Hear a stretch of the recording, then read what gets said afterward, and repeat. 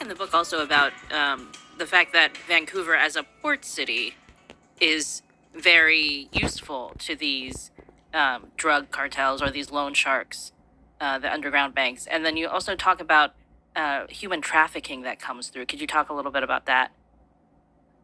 Sure, and just a quick data point. 2 weeks ago, a fentanyl super lab was busted by the Canadian Federal Police in just a suburb of Vancouver that's very related to the areas I'm investigating.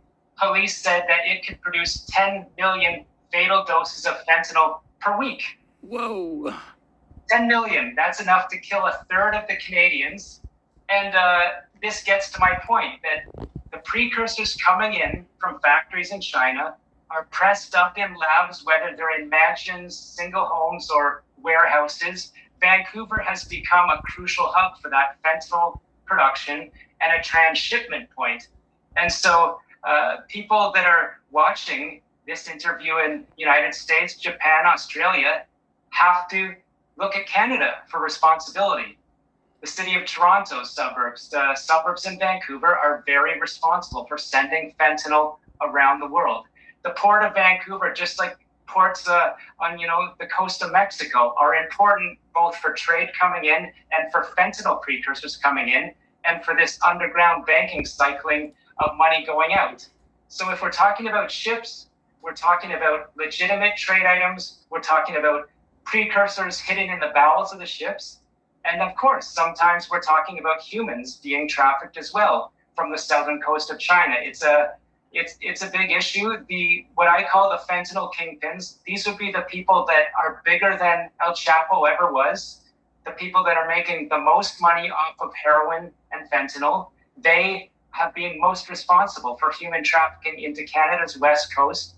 And many of these people would be, people trying to get a better life. Some of them underage women that are trafficked into prostitution. This is it's all dark, but when you're talking about underage females, some of them with gambling debts being trafficked into Canadian cities and then south in the United States, it gets even more dark.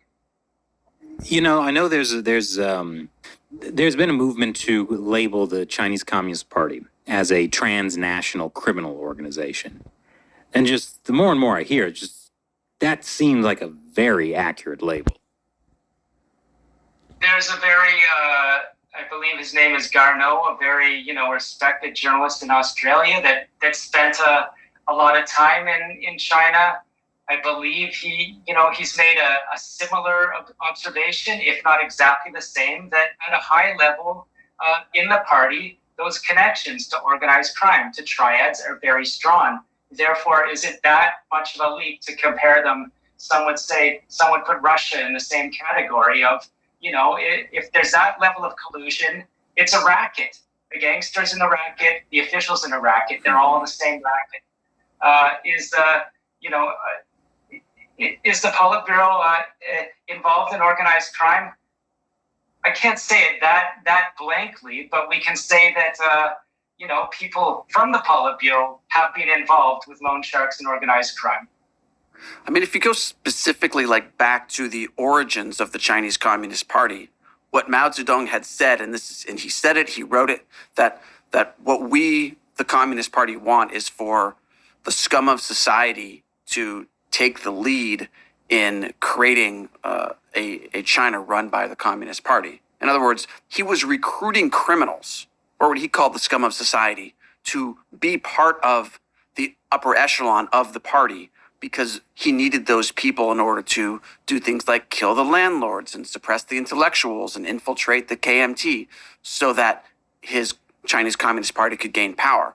So if that's how the Communist Party started, it's not that big a leap to think that these elements have continued to play a role for the last 70 years that they've been in power. I agree. And David Mulroney, Canada's former ambassador to China, I always rely on authority when making, when putting paragraphs in a book. And I went to him and asked, can it be true that the party used organized crime in Hong Kong, used the United Front to expand? And he said there's no denying the connection from the earliest days, as you say, of the party till now. The Chinese Communist Party will co-opt and use any tool for their ends. And how does it work? At a very simple level. If you are a high-level gangster and you face, they want you to go do something in Australia, Vancouver, New York, or Toronto, they will get you on a death penalty. You know, it is illegal and you can be killed for dealing drugs in China. So they get that on you and then say, well, you want to live, you want your family to live, it's time for you to go abroad. I looked at a case in my book, Lai Changxing, who's a very familiar figure to experts on China, former most wanted man. He says he was sent to Hong Kong and told to report back on the democracy movement and Taiwanese intelligence. He then ran to Canada, and we'd be, I think, naive to believe that, you know, he wasn't interrelating with intelligence in some way once he arrived in Vancouver, even though he was running from the party at that point. Wow, I mean, just the idea that the Chinese Communist Party at a high level and like their court system and everything is sending their most talented criminals abroad to go do criminal activity, right? It's even worse than what Cuba did when they sent a whole bunch of prisoners they released to Florida.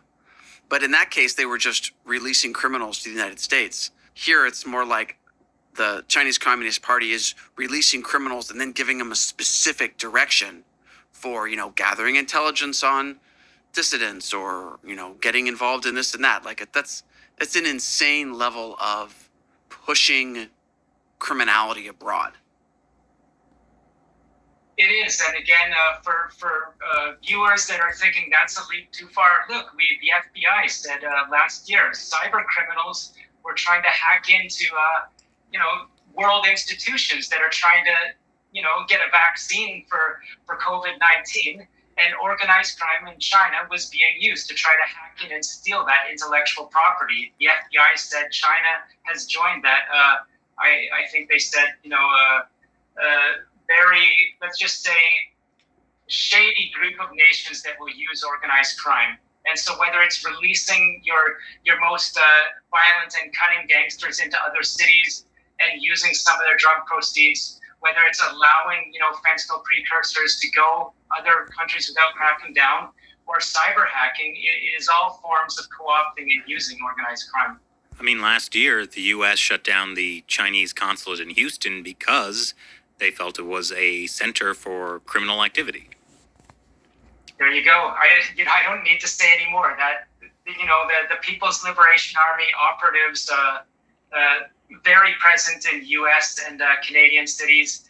And I show in my book, they're very present in casino networks. And so casinos, real estate, art, those sometimes can be a front for raising money for, more politically aimed activities such as bribes or influence, donations to political parties in the West.